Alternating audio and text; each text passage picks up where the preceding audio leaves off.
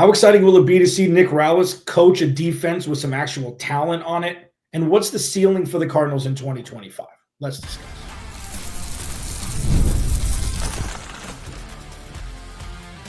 You are Locked On Cardinals, your daily Arizona Cardinals podcast.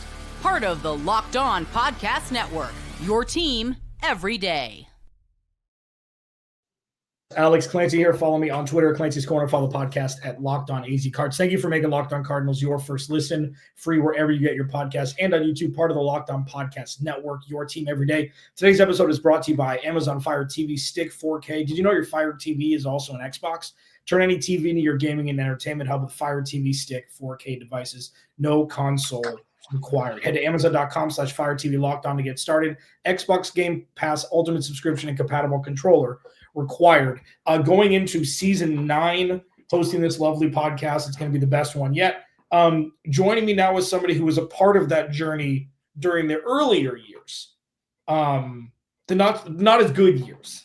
Both Block PHNX Cardinals, one of the dynamic duo over there with he and Johnny V. Dude, how's it going, man? It's good. They call it actually the greatest era of Locked On podcasting when I was a part of the show. How you doing, man? Are you getting enough sleep? You look tired. Are you doing good. all right? I'm good. I had to prep for this, like mentally. So, did some push-ups and walk.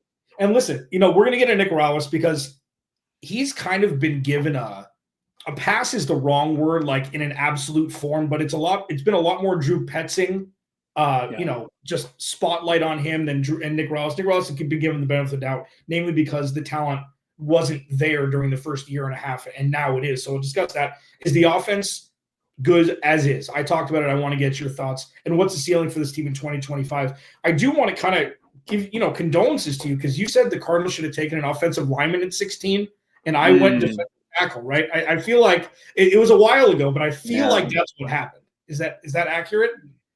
It's inaccurate as this.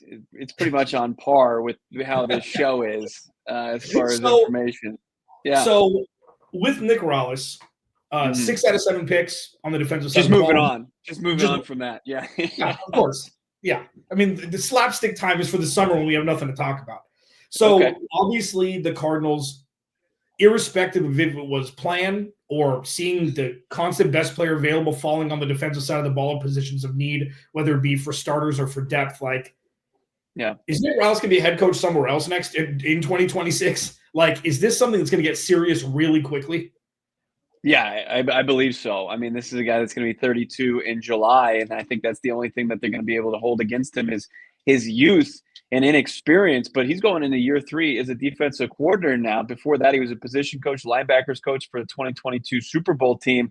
Nick Rallis, I think his resume, if he's able to follow through with this thing, and I think he's fully capable of doing so now with the personnel upgrades, to put himself firmly in the conversation for head coaching positions next offseason. I mean, I think he was kind of denied that because, around the league, it's very kind of they just go off of, offense is more the trendy thing, and then they're going to look at the numbers too. And Nick Rallis wasn't the beneficiary of that. He's a lot like his head coach, his mentor, Jonathan Gannon, where Gannon, his first season in Philly, kind of fell on the sword a little bit, let them infuse that offense with talent and set Jalen Hurts up for success. And then they returned the favor, gave him some talent on defense. And I think that's Nick Rallis now going into the 2025 season. He's finally going to have the players that are going to be able to kind of play his style of ball. One of the kind of running jokes, at least, on this show, even when, we hosted together years ago, was there is no reason why the Cardinals defense is the strength, but it's been the strength. It's been the most stable side, obviously grading on a curve at times because of the talent level, especially in 2023. But it's this is a bona fide on paper. If things continue to project the way we've seen them on the field and then, future pacing here, this is a fringe top 5 defense. This isn't a joke anymore. If Will Johnson is healthy, and he's a bona fide CB1 with Garrett Williams, with Dadrian Taylor-Demerson over the top. You'd think supplant Jalen Thompson at some point this year to go with Budda Baker. They've got a pass rush off the edge. They've got guys who can implode the interior offensive line. This is serious business, right? Is that overstating, do you think? Obviously, we need to see it, but I don't see the ceiling being, I don't see that being ridiculous to say. No, I mean, when you just look at last season in 2024 and just severely undermanned, and they gave up what 15th in the league, 22 Yeah, points per game, which was an unbelievable job. And unbelievable. to what people were saying, like when you think back in 2024, what was the more consistent group, offense or defense? I think everybody would stand up and say the defensive side, but they obviously didn't have as much invested in it. You've got a $40+ million quarterback. You've got the 4th overall pick. You've got the 6th overall pick. You've got a stout run game. You've got all the ingredients and to kind of follow through with the recipe of a top offense, and it was inconsistent. As far as the defense, you were trying to make chicken salad out of chicken bleep, and Nick Rallis did that masterfully to where this team had a 3-game stretch at home where they didn't surrender a touchdown with guys on the defensive front seven that, I mean, if you're outside of this market, you never heard of, had no business being starting players for a defense. And now, I mean, just the infusion of players just throwing just numbers at the defensive front seven. I mean, Nick Rallis plus of how they've reworked this secondary over the last 3 years with and adding it to what Budda Baker's already in place. It does have the makings of being something special. Like when you're top 5 and you look at where they've been the last 2 years, some would say, "Oh, that's hyperbole. That's not possible." But you look at what what Nick Rallis had done with less. To think he's got a little bit of a good hand here, he should be able to take the whole pot. Yeah, Bo Brock, PHNX Cardinals at BOBRACK on Twitter joining me here. I mean, because yeah, that's right. And it's one of the beautiful things, especially about the defense, is you don't have to worry about the leadership. Head coach, DC on autopilot. Jonathan Gannon made some questionable decisions in situations he had not been in with game management last year. Okay. But when it comes to scheme, when it comes to fit, when it comes to getting the most juice out of the squeeze for the dudes who are playing on defense, now when you add the personalities, the leadership infused with the rookies at the different positions that they've been drafted in, it's like, I'm jacked. I don't know if it's me being over 40 now. Like, I see an elite defense is a lot sexier than an elite offense.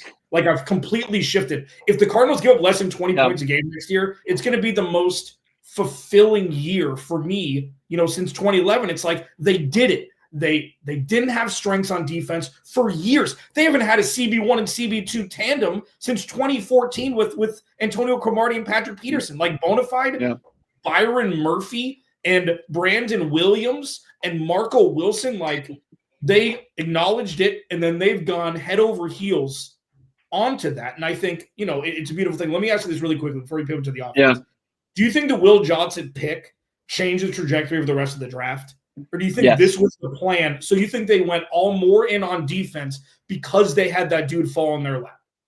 I mean, I think they might have wanted to continue to go defensive front seven. I mean, they didn't, address as far as the pass rush positions. Obviously, it's more interior with what they did with Walter Nolan, and that felt like the sweet spot.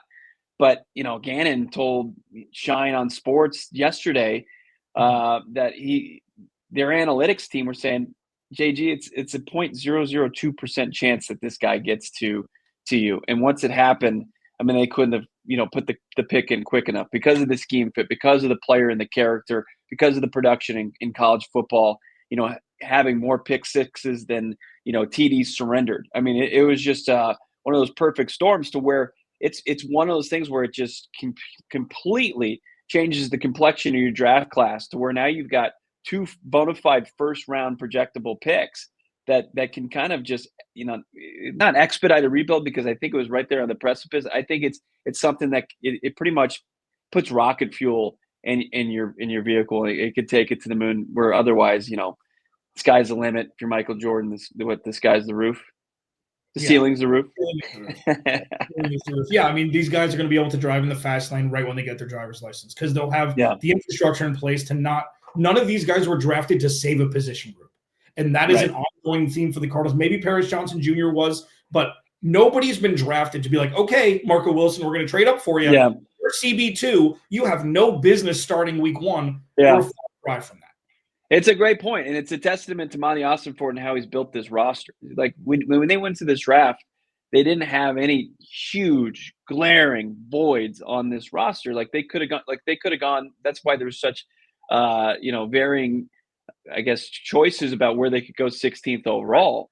But once you see it play out and how Monty Ossenfort prefers to team build, it just creates strengths across your roster. And now you've got two guys to position group that you felt, hey, in year 3, I'm okay with it. But then you add Walter Nolan, Will Johnson to both those groups. You're like, holy hell, like this has something maybe that didn't have a ceiling, where there once was a ceiling isn't there any longer. Yeah, I'm ready for week 1. Do you think the guys are ready? Yeah. You think the guys are ready? We don't need list season. We don't need to deal with that bleep again. Well, I mean, here's what's going to be the fun part now is just like, hey, will somebody just win a job where it's like, man, it's going to be a throwdown, drag out, just competition. When we were starting to crunch the numbers as far as the defensive line room and the edge room and the DB's room, it is stacked. Yeah, I mean, you're looking at Starling Thomas as your floor at CB, Yeah.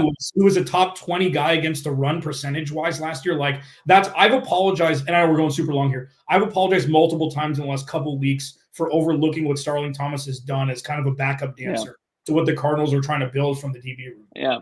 Let me ask you, you mentioned mistakes last year. Let me just real quick, this doesn't have to be a long answer, but Minnesota game stands up. JG decides to kick the field goal in that situation instead of go for it. With this defense now, what do you do in that spot? I mean, I had Donnie Drew and our boy, what do you call him? Donnie Donuts, Sports Illustrated. Donnie Donuts. Right. Yeah. Love Fantastic. Donnie. Fantastic. I had him on, I think yesterday. I can't remember. I recorded a couple. And I said they could go for it with Detroit percentages this year if that defense is legitimate.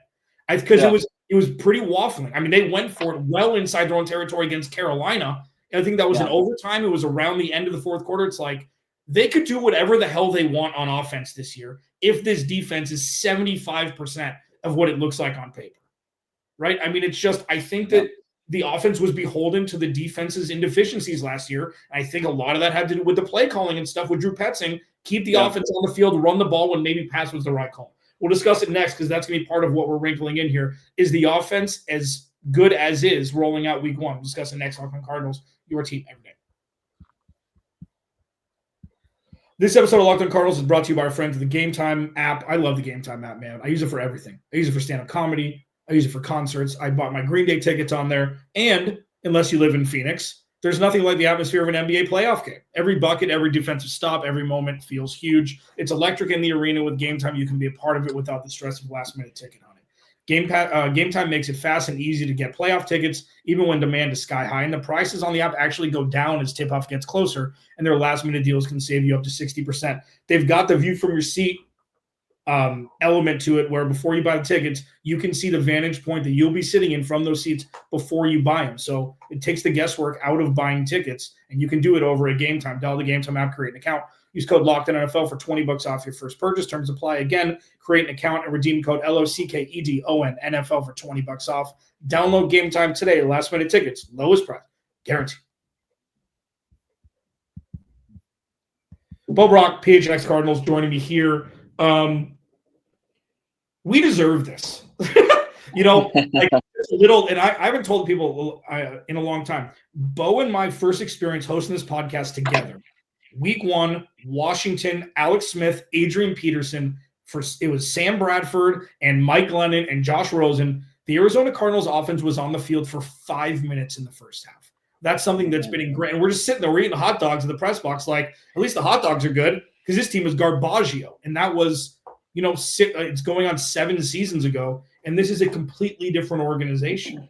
And it's just something, it's a testament to Monty Osborne. I cannot gush enough about him. And it's something that you can't compare their play to other organizations. Yes, there's always going to be teams better than the Cardinals. Okay, they've got a lot going against them, especially with the money that Michael Bidwell can spend as pertaining to some of the other owners. But this is what compound interest of trending in the right direction looks like. Now, with the offense, say not one piece is added, say not one veteran offensive lineman's added, say not one wide receiver's added. Is this team good to go as is now with the complement of the defense that may make their job a little bit easier in 2025? Well, I mean, the latter part of that, I think you'll see that, right? You'll see the benefits of it, but the pressure is going to go on. Like I said, this kind of soon after the draft happened, and we're all, spiking the football as far as this draft class that's universally celebrated. A+ from PFF, and high scores across the board. That at some point and soon, the conversation is going to pivot back to Kyler Murray in the offense. that they don't have any excuses any longer. And they're doubling down, maybe even tripling down on the continuity of this thing. It's going to have to pay off, because otherwise, with this defense in place, a defensive-minded head coach, and just endless amount of resources, allocated to the offense early in this regime, like, they're going to have to prove it this season collectively. And it's going to be so important for them to do so. And I think it's just going to look like a more consistent effort across the board. And like, they're at 23 points per game last year. They gave up 22 points per game. As you talked about, if they're like hovering around 20 or down there, and then they score, just a field goal or 2 points more on average, I mean, that's around 25 to about 20. That's like double-digit wins, just based on what it projects to be there. So that should be good enough. But the offense has to show improvement. And I think just with Marvin Harrison Jr. developing, and all signs are pointing to that. He's bulkier. Darius Robinson said he never took vacations, and he is who people say he is. And he makes that jump from a 900-yard receiver, 8 touchdowns, to an 1,100, 1,200-yard receiver. That should be enough, coupled with Trey McBride in this run game, to get them to where they want to go. Yeah, and the fascinating thing about this is, like, I've never been, and it just hasn't been. Kyler will have, over the course of his career, he's had like 15 games of 4+ touchdowns, 400 total yards. He's not that dude. It's never really been that. You've got the Josh Allens, you've got Joe Burrow, who is taken to a meteoric next level of yardage. It's not translating to wins. With Kyler Murray this year, I don't care that this could be the last year. They're best when he's at his best. So I know this is a run-first team. And I know that James Conner's great, and I know that Trey Benson is going to emerge. You saw flashes last year. I can't help but be in the camp that he needs to throw the ball more this year for this team to be better. And I think a lot of that has to do with a combination of getting Marv more involved naturally, and that's going to happen in natural progression, but also spraying it around a little bit more to Michael Wilson and Greg Dortch when you have these dudes who produce when they get the looks. And that's the wrinkle that Drew Petzing and Kyler Murray need to perfect this offseason, not just get I've been running with kind of this idea that Drew Petzing and the Cardinals on the offensive side of the football needed to play more conservatively the time of possession game to kind of aid an undermanned defense. Even though defense performed better. Yeah, it was a bend don't break thing. But now the way it stands, and your ability to personnel wise and coaching wise play defense, does that mean that Drew Petzing has the ability to take the restrictor plate off this thing? And I think it should. I mean, it should. Like, can this offense stand, or could this defense stand Kyler Murray taking a couple shots and creating, a 3-and-out because they were aggressive? And then obviously the flip side of that, they would definitely benefit from Kyler Murray taking a couple shots, Michael Wilson, Marvin Harrison Jr., and putting up the points that kind of provides you there. So, yeah, I'd be curious. They never say that, obviously, but just see how they approach it. Are they a little bit more aggressive offensively because they feel like, hey, even on a short field, this defense can create negative plays, can get the ball back. Yeah, I mean, the Greg Dortch thing now irrationally pisses me off that they highlight him when they're out of playoff contention. Like, I think we talked this last time we were on the slip screen in the slot, the wide receiver little slip screen to Greg Dortch that went for a huge chunk game. I think it was against the Rams after they were out of playoff contention. I'm like, do you know when the Cardinals needed that? When they could still make the playoffs? Like, it's something that I know that they dink and dunk in Kyler Murray to a fault. It's Trey McBride, 5 yards, turn around, go do something with it. Like, Greg Dortch is a perfect dude that has a 0 to 60 that could facilitate chunk games.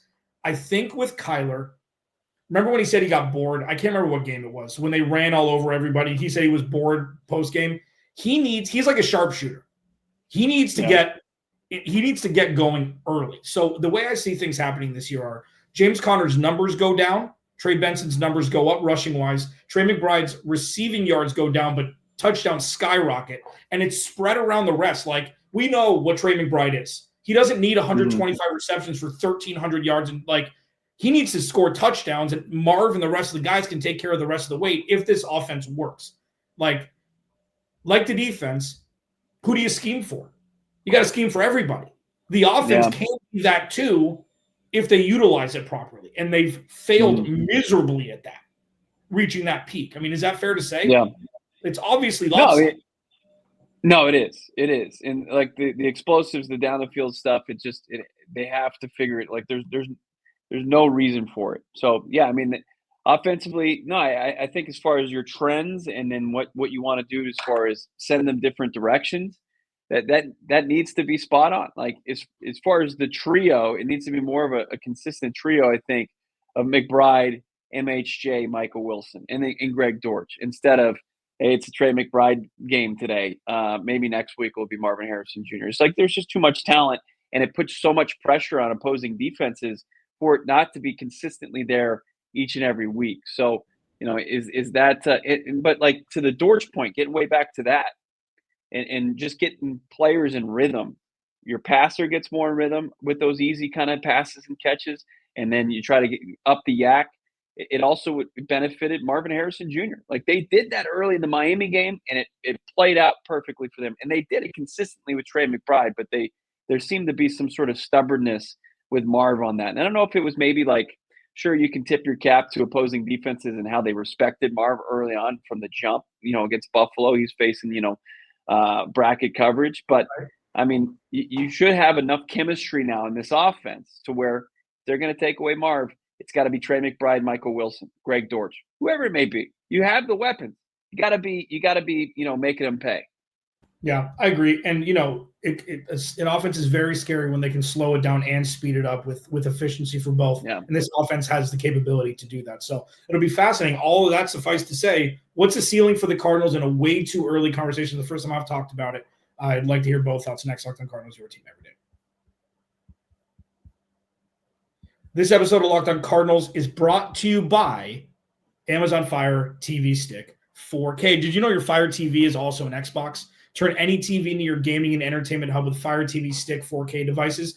No console required. Just grab your pair controller, subscribe or sign into Xbox Game Pass Ultimate with EA Play included, and you're ready to rock. Dive into hundreds of premium titles, including EA Sports College Football 25 to Call of Duty, as easily as you stream your favorite shows. A Fire TV Stick 4K is more affordable and easier to travel with, allowing you to take your or your kids' games wherever you plug in. Head to Amazon.com/Fire TV Locked On to get started. Xbox Game Pass Ultimate subscription compatible controller required. Available on select devices, including Fire TV Stick 4K second generation, Fire TV Stick 4K Max first and second generation, and Fire TV Cube third generation. Bo Brock, PHNX Cardinals, joining me here. The ceiling, what's the ceiling is always the stock question to ask. And for me, I'm going to kind of throw a curve here, it's more the floor for me than the ceiling. What do they idle at? Is this offense going to be a bottom 5 offense like we saw for 35% of the possessions last year, where it's like, what the hell is going on here? And then you see them against the Rams in week 2, and they're the greatest show on turf part 2. So it's and that's, it's kind of a microcosm of Kyler Murray's career. It's like, what is it going to be? What's the floor going to be? But if we're going to talk about ceiling, deep playoff run, barring any sort of injuries and the offensive line holding up, I don't think that's far-fetched anymore. Yeah. I mean, if you can play the defense that they want to play and it resembles what Philly did in the Super Bowl, rush 4, and then, let the rest of the defense kind of figure it out and get, a quarterback off his spot, and he goes from above average to pedestrian to below average. I mean, that's what they want to do. But to the offenses thing, they could take this thing and take it to a level that we haven't seen really outside of the Bruce Arians era, at its best. 13-3 at the point when they were playing 16 games. The baseline, just when you look at last year, and it was another tough schedule. Sure, it wasn't without missed opportunity. They win 8 games. You look at the Vegas total; it's 8.5. I think that was before the draft. I think you set your baseline at 10, and if both sides of the football consistently take off, I mean the ceiling should be a 13-4 team. I do believe that. You can play defense like they want to play it, and they have the offensive firepower now. That could go with untapped potential, and then we're talking about having another tough conversation in the offseason. But I think that's a realistic ceiling. I wouldn't be shocked if we're looking at another 2021 type start. Also, when you're facing AFC South and NFC South, like the NFC North got to feast on last year, you saw all those wins that were stacked against those divisions. Yeah, the only thing that's mixing from the mixing bowl for the Cardinals to make a perfect 2025 is that last place schedule that the 49ers got. And it wasn't because for those, it had nothing to do with week 18. The Cardinals would have lost the tiebreaker regardless. But it's something that would have been a nice little sweetener. They've got a tough schedule. But I will tell you this, we're going to find out a lot more, even compounded with that, is they're going to have a couple primetime games this year with this roster. There's no way that they're forgotten or just have one Thursday night game. I'm thinking it's going to be Thanksgiving in Dallas finally. Like, I think that's the one. Because it's sexy now. It's not just Kyler Murray going back home, where he's still undefeated. But is that not Washington Dallas? Is that not a Washington Dallas game already? What, for Thanksgiving? Yeah. Has that been? That's not every year, no. No, I don't think it's every year. But oh yeah, I don't know. I don't know. That would make sense also. But I mean, when it comes to ceiling, it's like I don't think 13 wins is ridiculous. Naturally, we're gonna find out about Kyler Murray no matter what. Like, this is it. Yeah. This is the case study in a vacuum. We're going to find out. And he had 4 game-winning drives last year? So it wasn't like the dude just completely craters when they need points or when they need a game-winning drive, but he also played subpar for a large chunk of the second half of the season, which is, going into year 7, we don't really have much more wiggle room for that. No, not at all. No, I mean, like, when we talked to Gannon in Indy, and I said, he goes, I'm not going to make any power statements, but he's going to have a hell of a year. I'm like, well, that sounds like a power statement. What's that look like, though? And he said that he's going to consistently play at a high level. And I think that that's where, you can say that people have been craving that is now 6 years. How does he get there? And I think that that's what this team's main focus is offensively this year. How do they get Kyler Murray to play 80% at that level instead of, like we're saying, probably 50%, under 50% consistently? I agree. Tell people where they can find you, dude. Yeah, PHNX Cardinals, just like Alex, we're talking about this team every day, continuing to take inventory post-draft. Got to talk to Lane Kiffin on a Zoom call today. Got some insight as far as Walter Nolan thinks he has the potential to be the best defensive player in this draft. So we'll be breaking that down and, of course, continue to talk about Will Johnson and the rest of the players that they picked up, man. Who was your favorite pick? I mean, is it easy? You just go chalk? You go 1-2? My favorite pick was Will Johnson because that was what I mocked to them at 16. So, it's just unbelievable the way it transpired. It's just unbelievable the way it transpired. Just 30 picks off. That's it. I mean, but I was if you would have told me it was 16 or 47, the chance of that happening. The one cool thing about the Joe Shea interview with Jonathan Gannon too, the clips all over Twitter and everything, you can find it. That he said he had 7 or 8 defensive coordinators text him right after they made the pick. It's like, how did those 8 teams pass on Will Johnson? It's like, and you also get him as a second round contract.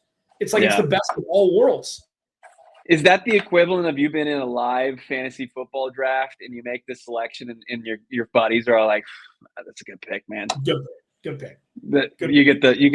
You get the respect of your peers, like everybody's, No, what it's more like is you've got 7 dummies in your draft and let that person fall to you at 12 in the third round when it should have gone, the top of the third. But 6 of one, half a dozen of the other. Bo's not very good at fantasy football. Alex Clancy, Locked On Cardinals. Remember, without you, there is no me. Next week is going to be Locked On College hosts talking about all the draft picks and a couple draft gurus as well. Trevor Sickett was going to join me also. It's going to be a good week. I will talk to you tomorrow.